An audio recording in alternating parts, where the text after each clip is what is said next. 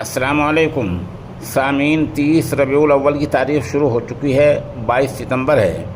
خبر کا عنوان ہے اعظم خان کل جیل سے باہر آ جائیں گے۔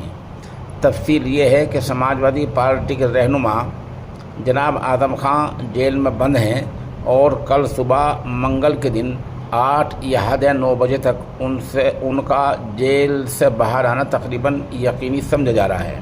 وجہ اس کی آپ کو پتہ ہی ہے کہ 3 دن پہلے ہائی کورٹ نے ان کو بڑی راحت دی تھی، ضمانت دے دی تھی۔